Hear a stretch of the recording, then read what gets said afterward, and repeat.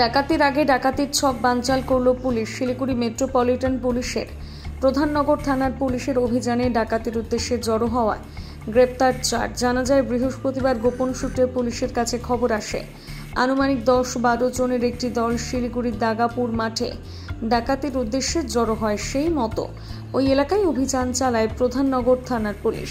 পুলিশকে দেখে বাকিরা পালিয়ে যেতে সক্ষম হলেও 4 জনকে গ্রেপ্তার করতে সক্ষম হয় পুলিশ। ধৃতরা হল উমেশ ছেত্রী, কার্শিয়াংয়ের বাসিন্দা, অরবিন্দ প্রধান, দার্জিলিংয়ের ঘুমের বাসিন্দা এবং সচিন থাপা ও বিক্রম শৈব। এরা দুজনেই দেবীডাঙ্গা এবং শিশুবাড়ির বাসিন্দা। ডাকাতির উদ্দেশ্যে জড়ো হওয়া ফের 4 জনকে গ্রেপ্তার করল প্রধাননগর থানার সাদাপোশাকের পুলিশ।